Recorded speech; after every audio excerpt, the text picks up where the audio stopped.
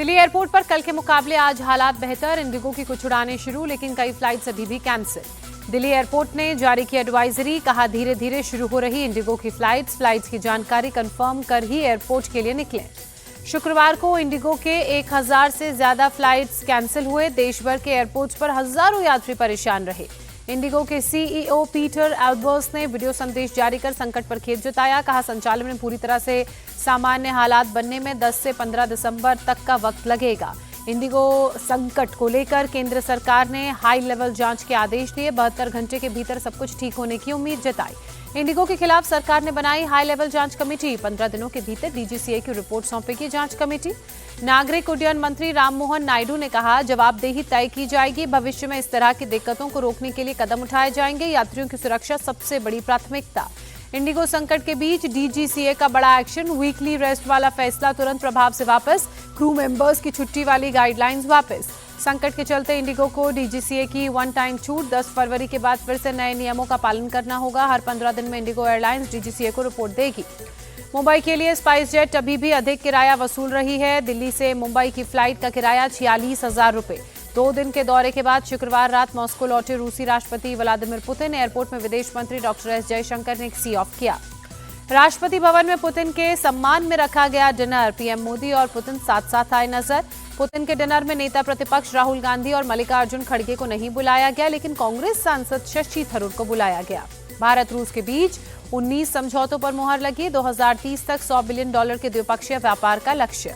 भारत और रूस मिलकर यूरिया बनाएंगे। न्यूक्लियर एनर्जी को बढ़ावा देने पर सहमति। बिजनेस फोरम में रूसी राष्ट्रपति ने कहा पीएम मोदी के नेतृत्व में भारत स्वतंत्र और संप्रभु नीति पर चल रहा है। भारतीय अर्थव्यवस्था बहुत तेजी से आगे बढ़ रही है। पुतिन ने मेक इन इंडिया प्रोग्राम को ऐतिहासिक बताया। कहा पीएम मोदी की अच्छी आर्थिक नीतियों की वजह से इंडिया टेक्नोलॉजी के मामले में संप्रभु बन रहा है। भारत रूस बिजनेस समिट में प्रधानमंत्री मोदी ने कहा दोनों देशों के बीच व्यापार की अपार संभावनाएं। 2030 तक $100 बिलियन के व्यापार का लक्ष्य। प्रधानमंत्री ने कहा दोनों देशों के बीच फ्री ट्रेड पर चर्चा हुई। दोनों देशों के बीच सहयोग और बढ़ेगा। ये साझेदारी दोनों ही देशों के लिए उपयोगी। प्रधानमंत्री मोदी ने आतंकवाद को मानवता पर सीधा प्रहार बताते हुए कहा आतंक के खिलाफ दुनिया को एकजुट होना होगा। पुतिन ने कहा ग्लोबल क्षेत्रीय मुद्दों पर बात। हम भारत को बिना रोक टोक तेल देंगे। दवाई और एनर्जी के क्षेत्र में भी सहयोग बढ़ेगा। हैदराबाद हाउस में प्रधानमंत्री मोदी और राष्ट्रपति पुतिन की द्विपक्षीय बैठक। मोदी ने कहा आपकी यात्रा बहुत ऐतिहासिक। आपने विजनरी लीडर की मिसाल पेश की है। संसद परिसर में डॉक्टर अंबेडकर की पुण्यतिथि के मौके पर कार्यक्रम का आयोजन। राष्ट्रपति और पीएम मोदी ने तस्वीर पर पुष्प अर्पित कर नमन किया। बाबरी मस्जिद विध्वंस के 33 वर्ष पूरे होने पर आज अयोध्या, मथुरा और वाराणसी समेत पूरे उत्तर प्रदेश में सतर्कता बढ़ती जा रही है। सुरक्षा के कड़े बंदोबस्त किए गए हैं। पश्चिम बंगाल के मुर्शिदाबाद में टीएमसी से निकाले गए विधायक हुमायूं कबीर बाबरी मस्जिद की नींव रखने पर अड़े। कार्यक्रम को देखते हुए सुरक्षा के कड़े इंतजाम किए। पश्चिम बंगाल के मुर्शिदाबाद में कड़ी सुरक्षा। निलंबित टीएमसी विधायक हुमायूं कबीर ने बाबरी मस्जिद की नींव रखने का किया ऐलान। पश्चिम बंगाल के नॉर्थ 24 परगना के बनगांव में बीजेपी आज करेगी मेगा रैली। मतुआ समुदाय बाहुल्य इस इलाके में सीएम ममता ने भी की थी रैली। गुजरात के जामनगर में रैली के दौरान एक शख्स ने आम आदमी पार्टी विधायक गोपाल इटालिया पर जूता फेंका। समर्थकों ने पकड़कर आरोपी को जमकर पीटा। दिल्ली के बाबर रोड पर हिंदू सेना के लोगों ने पोस्टर लगाए। बंगाली मार्केट स्थित बाबर रोड का नाम बदलकर अयोध्या मार्ग करने की मांग। पटना में आज 12 जगहों पर बुलडोजर की कार्रवाई। लोगों को जाम से राहत दिलाने के लिए प्रशासन का बड़ा कदम। बिहार के कैमूर में अतिक्रमण हटाने की कार्रवाई। बुलडोजर के जरिए अवैध निर्माण को हटाया जा रहा है। बेगूसराय में पिछले कई दिनों से ध्वस्तीकरण की कार्रवाई जारी। बुलडोजर एक्शन के दौरान अब तक 8,000 लीटर से ज्यादा देसी शराब बरामद की गई। हाजीपुर में अतिक्रमण हटाने का अभियान तेज हुआ। ट्रैफिक जाम की समस्या से छुटकारे के लिए बाजार में अवैध कब्जे पर चल रहा बुलडोजर।